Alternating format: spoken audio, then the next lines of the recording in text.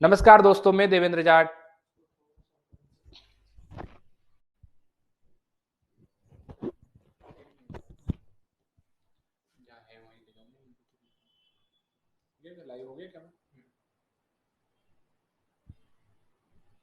नमस्कार दोस्तों, मैं देवेंद्र जाट आपका स्वागत करता हूं द स्कूल एजुकेशन अड्डा पर। और हमारी बात चल रही थी कक्षा 12वीं के पशुपालन की। किसकी बात चल रही थी? कक्षा 11वीं के पशुपालन की। और पशुपालन में हम पढ़ रहे थे पशु आहार। क्या पढ़ रहे थे हम पशुपालन में? पशु आहार के बारे में हम पढ़ाई कर रहे थे। किसके बारे में कर रहे थे? पशुपालन में पशु आहार के बारे में बात कर रहे थे, जिसके बारे में हमारी कुछ कंपोनेंट्स जो पशु के आहार में होना जरूरी है, अवयव में होना जरूरी है, उसके बारे में बात कर रहे हैं, आवश्यक अवयव में। उसमें पहली बात हमारी चल रही थी बेटा जल के बारे में। किसके बारे में? जल या वाटर के बारे में। कल कुछ टेक्निकल प्रॉब्लम की वजह से हमारा लेक्चर या हमारी क्लास नहीं हो पाई थी, तो हम जो परसों की क्लास में जो हमने पढ़ा था उससे ही हम आगे बढ़ते चलते हैं। अब पहले बात करते हैं जल की। यह सभी जैविक प्रक्रियाओं में जल की महत्वपूर्ण भूमिका है। पानी के अभाव में पशु की मृत्यु अन्य पोषक तत्वों में किसी के अभाव की तुलना में कम समय में हो जाती है। अगर आप खाने से 1-2 दिन वंचित रह सकते हो, भोजन से आप 2 से 4 दिन वंचित रह सकते हो, लेकिन बिना पानी के आप 2 से ज्यादा दिन या 1 से ज्यादा दिन नहीं जी पाओगे और पशुओं की मृत्यु बहुत जल्दी हो जाती है पानी के अभाव में। तो पानी एक सार्वभौमिक पानी जो है बेटा एक सार्वभौमिक फैक्टर है। पशु के शरीर में जल की औसत मात्रा कितनी बताई गई है? 65% पशुओं के शरीर में जल की मात्रा होती है। यहां तक क्लियर सभी को? पशुओं के शरीर में लगभग 65% जल की मात्रा पाई जाती है बेटा। पशु के शरीर से जल की हानि जो होती है बेटा, ये त्वचा से होती है, फेफड़े से होती है, मूत्र से होती है, मल से होती है, दुधारू पशुओं में दूध से भी होती है बेटा, और लगातार होती रहती है। इसके बारे में हमारी बात हो चुकी थी बेटा। जल की इस कमी की पूर्ति भोजन के साथ दिए गए जल से की जाती है। और जल की इस कमी जो किससे पूर्ति करते हैं बेटा? भोजन के साथ दिए हुए जल से पूर्ति करते हैं। हमारी इसके बारे में बात हो चुकी है, मैं वापस आपको रिकॉल कर रहा हूं। साथ ही हरे चारों में लगभग 75 से 90% जल होता है बेटा। जो हरे चारे होते हैं उसमें 80 से 90% जल की मात्रा होती है, जबकि अनाज एवं पुआल में लगभग 10 से 15%, जो सूखे चारे होते हैं बेटा, उसमें 10 से 15% जल होता है। जल एक ऐसा विलायक है एवं माध्यम के रूप में कार्य करता है जिसमें शरीर की सभी रासायनिक अभिक्रियाएं संपन्न होती है। जो भी शरीर की रासायनिक अभिक्रियाएं होती है बेटा, अंदर केमिकल रिएक्शन होता है हमारे शरीर के अंदर भोजन पाचन वगैरह में, उसके लिए जल एक अति आवश्यक तत्व या अवयव माना गया है। अब जल के कार्य देखते हैं बेटा हम। जल के कार्य देखते हैं हम। जल के कार्य देखते हैं हम, क्या क्या कार्य हैं जल के। जल के कार्य कौन कौन से निम्नलिखित है? पानी जो है बेटा रक्त को पतला करता है, जिससे शरीर में उसका संचरण आसानी से हो जाता है। अगर हमारा रक्त अगर पतला नहीं होगा बेटा, तो वो नसों में फंस जाएगा और हृदय तक ही नहीं पहुंच पाएगा। और अगर रक्त हमारा हृदय तक नहीं पहुंचा तो हमारे हार्ट अटैक से मृत्यु हो जाती है।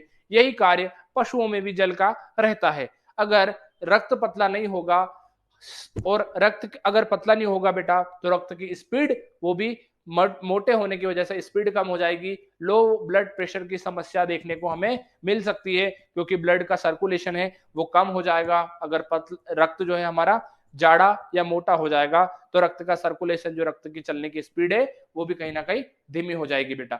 साथ ही बेटा पानी भोजन निगलने में स्नेहक का कार्य करता है। स्नेहक को हम बोल सकते हैं ग्रीस। आपने सुना होगा शब्द ग्रीस। ग्रीस क्यों लगाते हैं बेटा हम? ताकि किसी भी चीज को आसानी से एक स्थान से दूसरे स्थान तक, जैसे मोटरसाइकिल वगैरह होती है बेटा, जो अपने घूमने वाले चीजें होती है, उसमें हम ग्रीस लगा देते हैं ताकि वो बहुत तेजी से घूर्णन कर सके। या फिर अगर निगलने की बात आती है तो हम भोजन को पानी के साथ अगर निगलेंगे तो वो आसानी से निगल जाएगा, क्योंकि वो जो हमारी सतह होती है बेटा उसे स्नेहक या चिकना कर देता है, चिकना करने का काम करता है। और जब हमारी सतह चिकनी हो जाएगी, गला वगैरह चिकना हो जाएगा, तो भोजन आसानी से हमारा अंदर चला जाएगा। यहां तक समझ में आया बेटा? स्नेहक का कार्य करता है। साथ में तापक्रम को नियंत्रित करता है बेटा। अरे शरीर के तापक्रम को भी नियंत्रित कौन करता है बेटा? पानी काम करता है। पानी क्या करता है? शरीर के तापक्रम को भी नियंत्रित करने का काम करता है। पानी पाचन क्रिया में सहायक होता है।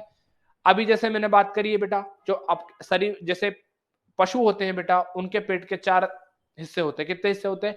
पशुओं के पेट के शरीर के 4 हिस्से होते हैं। उनमें ही पाचन होता है। उनमें ही पाचन होता है।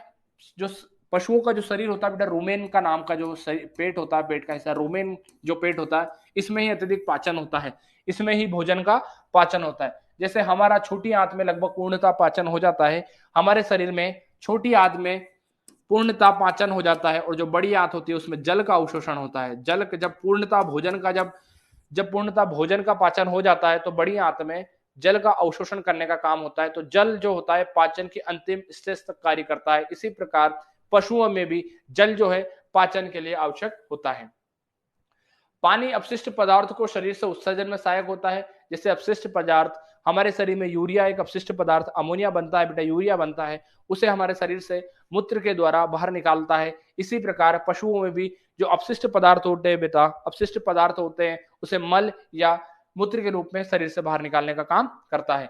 दुग्ध उत्पादन हेतु पानी आवश्यक है। दुग्ध में 85% तक पानी है। अगर दूध का उत्पादन करना है बेटा, अगर दूध का उत्पादन करना है बेटा, अगर दूध का उत्पादन करना है बेटा, तो पानी बहुत ज्यादा जरूरी है, क्योंकि दूध में 85% जल की मात्रा पाई जाती है बेटा।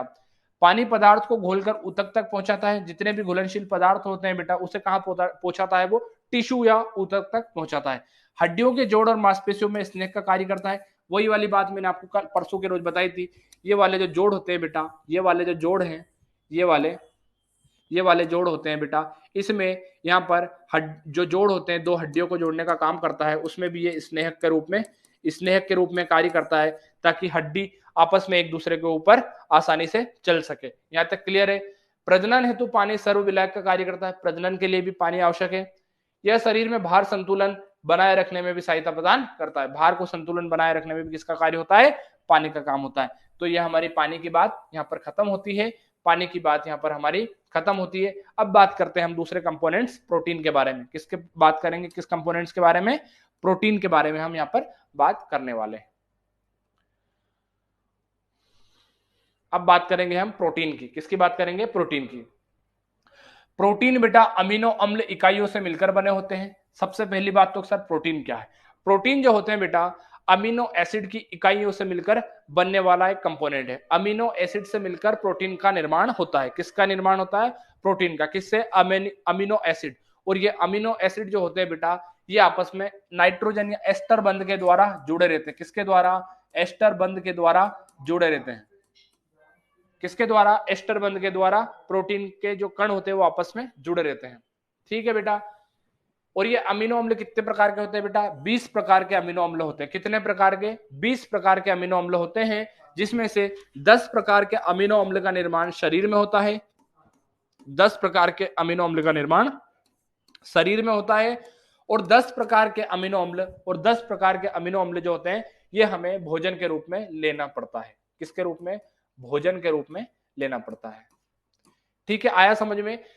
20 प्रकार के अमीनो अम्ल आवश्यक होते हैं, जिसमें 10 प्रकार के अमीनो अम्ल का निर्माण हमारा शरीर करता है। 10 प्रकार के अमीनो अम्ल का निर्माण हमारा शरीर करता है। और 10 प्रकार के जो अमीनो अम्ल होते हैं वो किस रूप में लेते हैं? हम भोजन के रूप में लेते हैं। इसके बाद बात करें अमीनो अम्ल मुख्यतः कार्बन, हाइड्रोजन, ऑक्सीजन, नाइट्रोजन आदि से बने होते हैं। ये अमीनो अम्ल किससे बने होते हैं बेटा? कार्बन, हाइड्रोजन, ऑक्सीजन और नाइट्रोजन। किससे बने होते हैं? कार्बन, हाइड्रोजन, ऑक्सीजन और नाइट्रोजन, इनसे मिलकर ये बने होते हैं। कार्बन, हाइड्रोजन, ऑक्सीजन और नाइट्रोजन से मिलकर बने होते हैं। ठीक है बेटा। कुछ अमीनो अम्ल जैसे मिथ्योनिन, सिस्टीन में सल्फर भी उपस्थित होते हैं तथा कुछ में फास्फोरस भी उपस्थित होते हैं। जैसे मिथ्योनिन और सिस्टीन, ये दो प्रकार के अमीनो एसिड है जिसमें सल्फर उपस्थित होता है। क्या प्रेजेंट होता है बेटा? सल्फर। मिथ्योनिन और सिस्टोनिन, इसमें क्या पाया जाता है बेटा? सल्फर पाया जाता है। इसके बाद प्रोटीन में पाए जाने वाले अमीनो अम्ल को दो वर्ग में बांटा गया है। कितने वर्ग में? दो वर्ग में। प्रोटीन में पाए जाने वाले अमीनो अम्ल को दो वर्ग में बांटा गया है। एक वर्ग में वे अमीनो अम्ल आते हैं जो पशु के शरीर में ही बन जाते हैं, जैसे मैंने आपको बताया था। कुछ अमीनो अम्ल हमारे शरीर में बनते हैं और कुछ अमीनो अम्ल को हम भोजन के रूप में ग्रहण करते हैं। आया समझ में? यहां तक आया समझ में आपको? कुछ अमीनो अम्ल जो है शरीर में बनते हैं और कुछ अमीनो अम्ल का जो निर्माण होता है बेटा वो शरीर में हो जाता है, और कुछ अमीनो अम्ल को हमें भोजन के रूप में ग्रहण करना जरूरी होता है। यहां तक समझ में आया बेटा? तथा पशु में भोजन द्वारा पूर्ति करने की आवश्यकता नहीं पड़ती है। तथा पशु में भोजन के द्वारा उन अमीनो अम्ल की पूर्ति हमें नहीं करनी पड़ती है, क्योंकि उनका निर्माण शरीर में हो जाता है। साथ ही बेटा दूसरे वर्ग में वे अमीनो अम्ल आते हैं जिनका पशु विशेष की वृद्धि तथा उत्पादन के अनुसार उसके शरीर में निर्माण नहीं हो पाता तथा इनकी पूर्ति पशु आहार के द्वारा की जाती है, जिन्हें अनिवार्य अमीनो अम्ल कहते हैं। वे अमीनो अम्ल जिन्हें पशु आहार के द्वारा देना जरूरी होता है उसे इसेंशियल अमीनो एसिड कहते हैं, सॉरी इसेंशियल अमीनो न्यूट्रिएंट्स कहते हैं या एसिड कहते हैं, अमीनो अम्ल कहते हैं, जिनको हमें भोजन में देना ही देना पड़ता है। अगर उनकी कमी हो जाती है तो पशुओं पर विपरीत प्रभाव पड़ता है या उनके उत्पादन में भी हमें कहीं ना कहीं कमी देखने को मिलती है। बेटा यहां तक क्लियर है। इसके बाद पशु आहार में उपस्थित प्रोटीन की मात्रा ज्ञात करने के लिए आहार में उपस्थित नाइट्रोजन की मात्रा ज्ञात करना आवश्यक होता है। क्या कहते हैं बेटा कि पशु के आहार में प्रोटीन की मात्रा अगर हमें ज्ञात करनी है तो नाइट्रोजन की मात्रा ज्ञात करना आवश्यक होता है। नाइट्रोजन की मात्रा जेल्डोल आसवन द्वारा, किस विधि द्वारा बेटा? जेल्डोल आसवन द्वारा, जेल्डोल आसवन द्वारा, जेल्डोल आसवन द्वारा ज्ञात की जाती है। प्रोटीन की मात्रा कैसे ज्ञात करते हैं बेटा? प्रोटीन की मात्रा कैसे ज्ञात करते हैं? प्रोटीन की मात्रा कैसे ज्ञात करते हैं हम?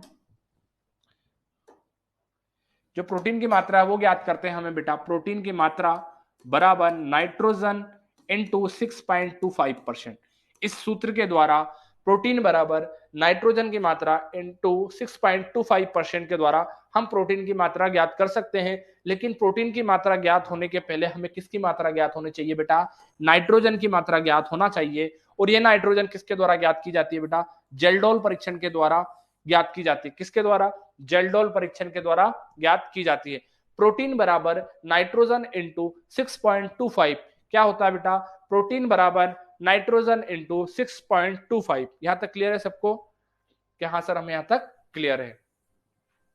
ये हम प्रोटीन की मात्रा निकालने के लिए, प्रोटीन की मात्रा ज्ञात करने के लिए इस फॉर्मूले का हम यूज करते हैं। आगे अगर बात करें हम, आगे अगर हम बात करें, किसी आहार के प्रोटीन मान को कच्चे प्रोटीन के रूप में व्यक्त किया जाता है। किसी आहार के प्रोटीन मान को, अगर आहार में प्रोटीन है तो उसे किस किस रूप में जानेंगे?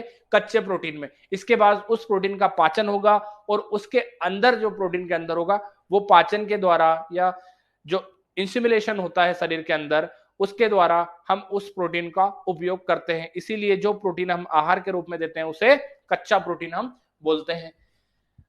कच्चे प्रोटीन के अंतर्गत सत्य प्रोटीन, ट्रू प्रोटीन तथा प्रोटीन रहित नाइट्रोजनी पदार्थ दोनों शामिल होते हैं। एक तो प्रोटीन होता है और एक नाइट्रोजनी रहित पदार्थ होते हैं। प्रोटीन रहित नाइट्रोजनी पदार्थ, प्रोटीन रहित नाइट्रोजनी पदार्थ उपस्थित होते हैं। अब प्रोटीन के हम कार्य देखेंगे, फंक्शन ऑफ प्रोटीन। प्रोटीन के क्या क्या कार्य हो सकते हैं उसके बारे में हम यहाँ पर बात करने वाले हैं। प्रोटीन के क्या क्या कार्य हो सकते हैं उसके बारे में हम यहाँ पर बात करने वाले हैं। यहां तक समझ में आया सबको? अब बात करें, पहली बात, शरीर में होने वाली समस्त आधारभूत कार्य की प्रक्रियाओं और उत्पादन के लिए प्रोटीन आवश्यक है। सबसे इंपॉर्टेंट पॉइंट, शरीर में होने वाली समस्त आधारभूत कार्य की जो होती है या फिर उत्पादन के लिए जो आवश्यक चीज होती है वो होती है बेटा प्रोटीन। क्या होती है? हम अगर जिम वगैरह जाते हैं, हम जिम वगैरह जाते हैं, बॉडी बिल्डिंग करते हैं, बॉडी बनाते हैं, तो वो उसके लिए जिम वाला हमें क्या बोलता है? प्रोटीन खाओ, प्रोटीन शेक पियो। क्या बोलो? क्या कहता है कि प्रोटीन खाओ या प्रोटीन शेक पियो, ये बोलता है वो हमें, प्रोटीन खाओ या प्रोटीन शेक का सेवन करो। इसी प्रकार बेटा पशुओं को भी प्रोटीन उनके उत्पादन के आधार पर निर्धारित की जाती है। उनके उत्पादन के आधार पर निर्धारित की जाती है कि पशुओं को हम दुग्ध उत्पादन के लिए पाल रहे हैं, पशुओं को हम मांस उत्पादन के लिए पाल रहे हैं, या फिर पशुओं को हम अंडा उत्पादन के लिए पाल रहे हैं। इस आधार पर हम प्रोटीन का निर्धारण करते हैं। यहां तक समझ में आया बेटा?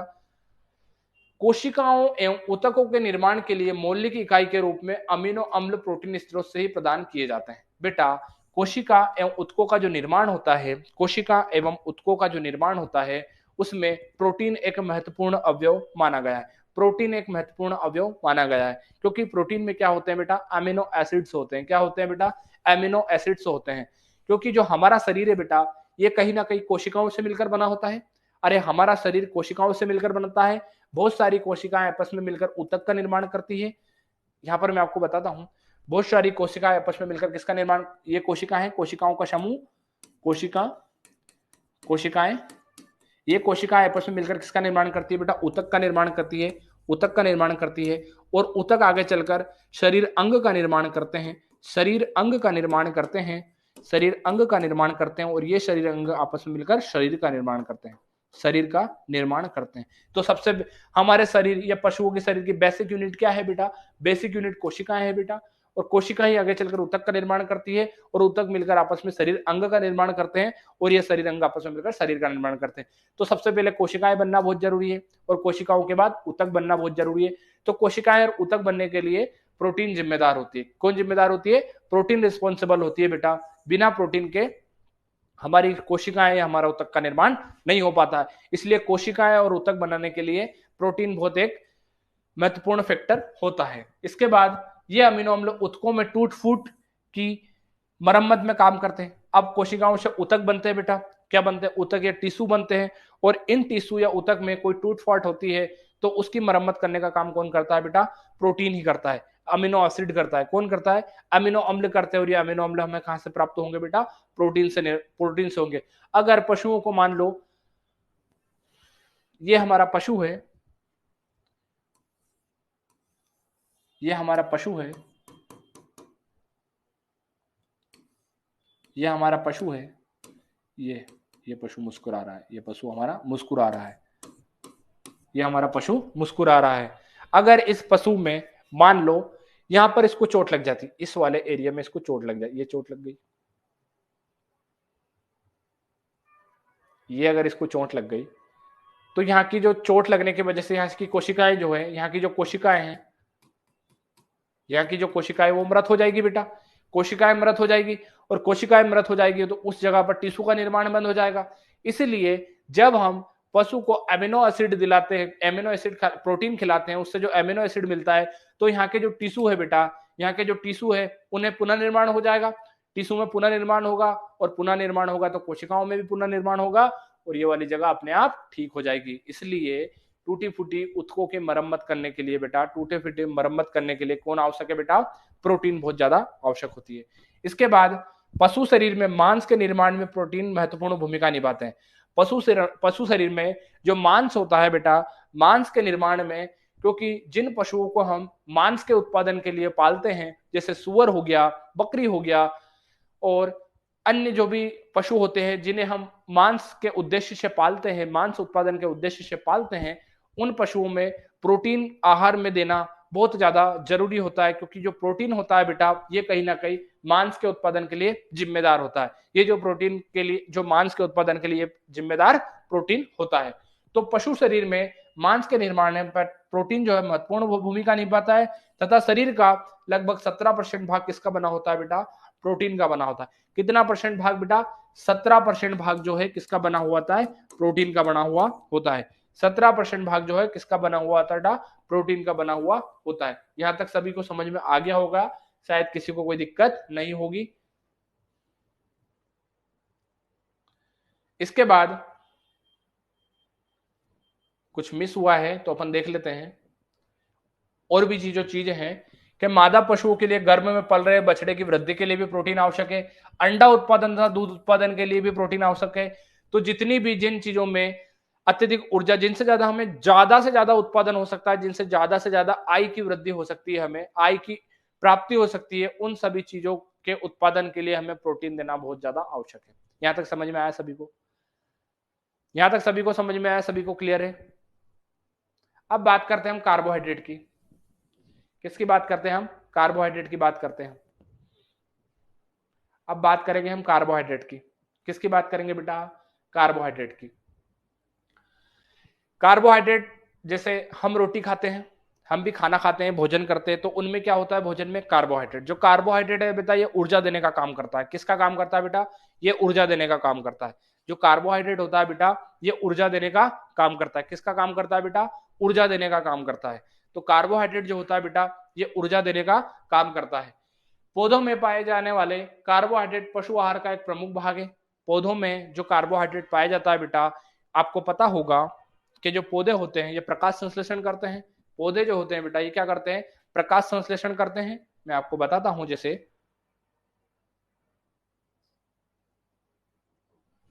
एक मिनट रुकना बेटा, मैं आपको यहां से बताता हूं।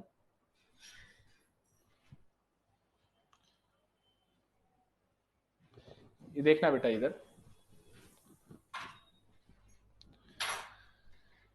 ये हमारा पौधा है,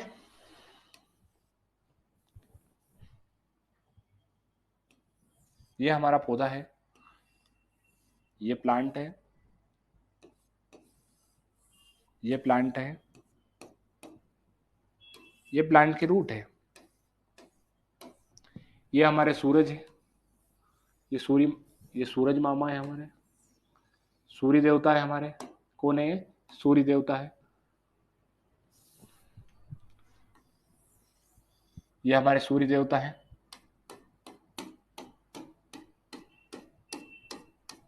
सूर्य देवता क्या करेंगे? सनलाइट देंगे। क्या देंगे? सनलाइट देंगे। सनलाइट देंगे। क्या देंगे बेटा? सनलाइट देंगे। क्या देंगे बेटा? सनलाइट देंगे, प्रकाश देंगे। सनलाइट को हिंदी में बोलते हैं प्रकाश, आपको सब जानते होंगे। ये पौधे का हरा भाग है, आप जानते ही हो। पत्तियां कैसी होती है बेटा? हरी होती है। पत्तियां कैसी होती है बेटा? हरी होती है।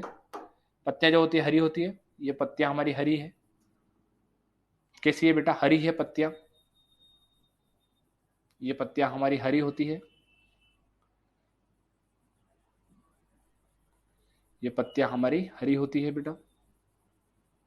ये पत्तियां हमारी हरी होती है। ये भी हरी है। ये हमारी पत्तियां हरी है।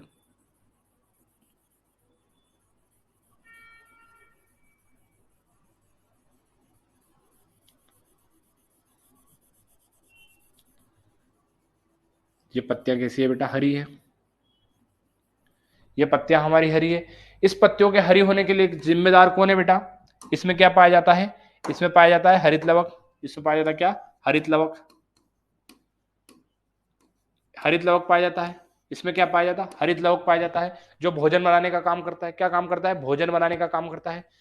तो ये सनलाइट इस पत्तियों पर गिरता है, ये सनलाइट इन पत्तियों पर गिरता है। और यहाँ पर वायुमंडल में क्या होती है बेटा? CO2 होती है। वायुमंडल में आप सभी जानते हो CO2 होती है। तो इस सनलाइट और कार्बन डाइऑक्साइड, इस प्रकाश और कार्बन डाइऑक्साइड का उपयोग करके हमारा पौधा क्या बनाता है? भोजन बनाता है। भोजन बनाता है। भोजन बनाता है। क्या बनाता है? भोजन। और भोजन के रूप में क्या संचित होता है? कार्बोहाइड्रेट। बनाता क्या है मेनली? कार्बोहाइड्रेट। क्या बनाता है? कार्बोहाइड्रेट बनाता है। अरे क्या बनाता है? कार्बोहाइड्रेट बनाता है। अब आप 12th में आगे होंगे तो आपने प्रकाश संश्लेषण तो पढ़ा ही होगा।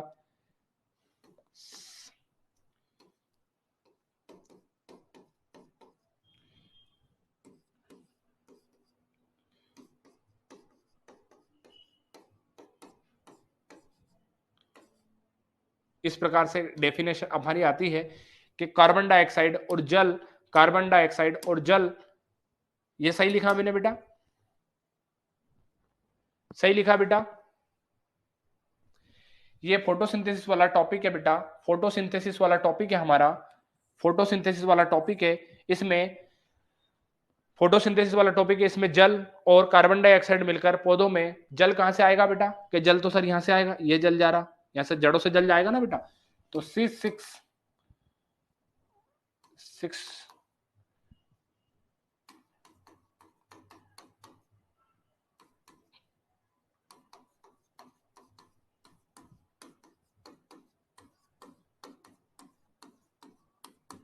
ये हमारी एक रासायनिक अभिक्रिया है जो प्रकाश संश्लेषण में होती है।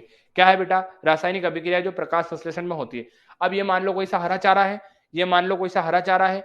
इस हरे चारे में ये तो गया जड़ से जल, यहाँ से प्रकाश, यहाँ से प्रकाश आया और वायुमंडल की CO2 का उपयोग करके भोजन बनाया। प्रकाश संश्लेषण के द्वारा भोजन बनाया। और भोजन किस रूप में रहता है? कार्बोहाइड्रेट के रूप में रहता है। अब यही हरा चारा हम किसे खिलाएंगे बेटा? पशुओं को खिलाएंगे। यही हरा चारा किसको खिलाएंगे बेटा? ये हरा चारा किसको खिलाएंगे हम? पशुओं को खिलाएंगे। तो पशुओं को क्या मिलेगा? कार्बोहाइड्रेट मिलेगा। पशुओं को क्या मिलेगा? कार्बोहाइड्रेट मिलेगा। तो यही तो मैंने बताया था आपको, यही तो मेरी बात हो रही थी। यहाँ तक अपनी बात हो गई थी, यहां तक अपनी बात हो गई थी। यही तो कार्बोहाइड्रेट के मेरे बात बोला था कि पौधों में पाए जाने वाला कार्बोहाइड्रेट पशु आहार का एक प्रमुख भाग होता है। पशु आहार का एक प्रमुख भाग होता है। यहां तक अपनी बात हो गई थी बेटा। यह चारे व शुष्क पदार्थों का लगभग 7.5% भाग होता है जो कार्बोहाइड्रेट होता है बेटा। जो कार्बोहाइड्रेट होता है बेटा, ये शुष्क पदार्थ का लगभग 7.5% भाग होता है। यह पशु शरीर के लिए ऊर्जा का प्रमुख स्रोत होता है। ऊर्जा का प्रमुख स्रोत होता है। ऊर्जा किससे मिलती है बेटा? कार्बोहाइड्रेट से मिलती है। हम रोटी खाते हैं तो किस लिए खाते हैं? ताकि हमें ऊर्जा मिलती रहे और हमारा जो शरीर है वो काम करता रहे। किसके लिए खाते हैं हम खाना? ऊर्जा के लिए, ताकि हमारा शरीर पर्याप्त मात्रा में ऊर्जा मिलती रहे और हमारा शरीर दिन भर काम करता रहे। यहां तक क्लियर है बेटा? पशु आहार में उपस्थित कार्बोहाइड्रेट को 2 भागों में बांटा गया। कितने भागों में? 2 भागों में। एक तो होता है कच्चा रेशा और एक होता है नाइट्रोजन मुक्त निष्कर्षण, नाइट्रोजन फ्री एक्सट्रैक्ट। 2 प्रकार का होता है। एक तो कच्चा रेशा होता है बेटा, एक तो कच्चा रेशे के रूप में हम बांटते हैं, और दूसरा बांटते हैं नाइट्रोजन मुक्त निष्कर्ष, जो जिससे नाइट्रोजन के अलावा जो चीज बचती है, एक तो उस भाग में बांटते हैं और एक बांटते हैं हम कच्चा रेशा। किसके? कच्चा रेशे के बारे में बांटते हैं। जो कच्चे रेशे होते हैं बेटा, ये अघुलनशील होते हैं। जो कच्चे रेशे होते हैं, जो कार्बोहाइड्रेट में जो कच्चा रेशा बनता है, जैसे सेल्यूलोज, हेमिसेल्यूलोज, पेक्टिन वगैरह, ये सब रेशे के, जिससे ये बात करिए हेमिसेल्यूलोज तो पेक्टिन के बने होते हैं। जो कच्चे रेशे होते हैं बेटा, ये सेल्यूलोज, हेमिसेल्यूलोज और पेक्टिन के बने होते हैं। सेल्यूलोज, हेमिसेल्यूलोज, पेक्टिन के बने होते हैं, जो कि जल में अघुलनशील होते हैं। प्लांट जो हम पशुओं को खिलाते हैं, वो प्लांट को जो हम पशुओं को खिलाते हैं बेटा, हरे चारे के रूप में खिलाते हैं, वो भी कहीं ना कहीं उसकी जो डंठल वगैरह होते हैं ना बेटा, वो भी किसके बने होते हैं? सेल्यूलोज के बने होते हैं। किसके बने होते हैं? सेल्यूलोज के बने होते हैं। आपको सबको पता है कि अपना जो प्लांट होता है सेल्यूलोज का बनाता है, और उसी प्लांट को गलाकर एक जो पेज वगैरह जो कॉपी के पन्ने होते हैं बेटा, वो कॉपी के पन्ने या पेज बनाए जाते हैं, तो वो भी कहीं ना कहीं सेल्यूलोज के बने होते हैं। किसके बने होते हैं? सेल्यूलोज के बने होते हैं। वो जो पन्ने होते हैं वो भी किसके बने होते हैं? सेल्यूलोज के बने होते हैं। इसके बाद नाइट्रोजन मुक्त निष्कर्ष घुलनशील होते हैं, और जो में नाइट्रोजन मुक्त जो निष्कर्ष होते हैं बेटा, वो जल में घुलनशील होते हैं। वो कैसे होते हैं? वो जल में घुलनशील होते हैं, तथा इनमें शर्करा, मंड को बोलते हैं स्टार्च। ये वही मंड या स्टार्च है जो प्रकाश संश्लेषण में पौधे बनाते हैं। अधिक मात्रा में उपस्थित होते हैं। जुगाली करने वाले जानवरों में उपस्थित सूक्ष्म जीवाणुओं द्वारा अधिकांश कार्बोहाइड्रेट का किण्वन किया जाता है। जो जुगाली करते हैं बेटा, जो जुगाली करने वाले पशु होते हैं, उनमें अधिकांश कार्बोहाइड्रेट का फर्मेंटेशन हो जाता है जीवाणुओं के द्वारा, क्योंकि 4 अमाशय होते हैं। एक बार खाने के बाद वो बार बार मुंह में लाते हैं, जुगाली करते हैं, फिर वापस पेट में ले जाते हैं। तो इस कार्बोहाइड्रेट का जो किण्वन, जो फर्मेंटेशन होता है पशुओं के शरीर में, वो जीवाणुओं के द्वारा हो जाता है, तथा उन्हें लघु श्रृंखला वशीय शॉर्ट चेन फैटी एसिड में एवं अन्य कार्बनिक अम्लों में परिवर्तित कर दिया जाता है। और किण्वन करने के बाद, फर्मेंटेशन करने के बाद बेटा, फर्मेंटेशन के बाद उन्हें किसे? लघु वशीय अम्ल, किसमें? मतलब कार्बोहाइड्रेट को किसमें बदल दिया जाता है? कार्बोहाइड्रेट को बेटा वसीय अम्लों में, फैटी एसिड में बदल दिया जाता है। किसमें बदल दिया जाता है? फैटी एसिड में बदल दिया जाता है। जबकि रेशे युक्त कार्बोहाइड्रेट के किण्वन के पश्चात जो अंतिम उत्पाद के रूप में एसीटेट बनता है। क्या बनता है? एसीटेट बनता है बेटा। जो नाइट्रोजन जो युक्त जो कार्बोहाइड्रेट की बात करी है मैंने, उसको फर्मेंटेशन या किण्वन करके जीवाणुओं द्वारा फैटी एसिड में बदल दिया जाता है, वशीय अम्लों में बदल दिया जाता है। जबकि जो रेशे युक्त अपना कार्बोहाइड्रेट होता है, फाइबर युक्त कार्बोहाइड्रेट होता है, उसे एसीटेट में बदला जाता है। किस में बदला जाता है? एसीटेट में बदला जाता है। जो अधिक मात्रा में होने पर किसमें बेटा? वसा में परिवर्तित हो जाता है। किसमें परिवर्तित हो जाता है बेटा? वसा में परिवर्तित हो जाता है। किसमें परिवर्तित हो जाता है बेटा? वसा या फैट में परिवर्तित हो जाता है। अतः अधिक रेशे युक्त चारा देने से पशु के दूध में वसा का प्रतिशत बढ़ता है। अब आई समझ में बात? अरे जो रेशे युक्त चारे होते हैं, जब उन्हें पशुओं को खिलाते हैं, जब उनका फर्मेंटेशन होता है तो वो एसीटेट में बदल जाते हैं। अगर एसीटेट शरीर में ज्यादा हुआ तो वो एसीटेट किसमें बदलेगा? वसा में बदल जाता है। किसमें बदल जाता है? वसा में बदल जाता है। क्योंकि जो रेशे युक्त चारे होते हैं वो फर्मेंटेशन करते हैं, क्योंकि जो नाइट्रोजन युक्त जो मैंने आपको पढ़ाया था, जो नाइट्रोजन युक्त होते हैं वो तो किसमें बदल जाएंगे? फैटी एसिड में, वसीय अम्ल में बदल जाएंगे। लेकिन जो रेशे युक्त चारे होते हैं वो किण्वन के बाद एसीटेट में बदल जाते हैं, और जब शरीर में एसीटेट की मात्रा ज्यादा हो जाती है तो वे वसा में बदल जाते हैं। किसमें बदल जाते हैं? वसा में बदल जाते हैं। और जब वसा की मात्रा अधिक होगी तो दूध के पशुओं में भी वसा की मात्रा अधिक होगी।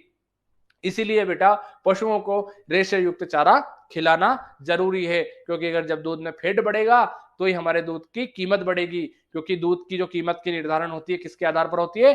फैट या वसा के आधार पर होती है। यहां तक समझ में आया? अब कल हम पढ़ेंगे कार्बोहाइड्रेट के कार्य।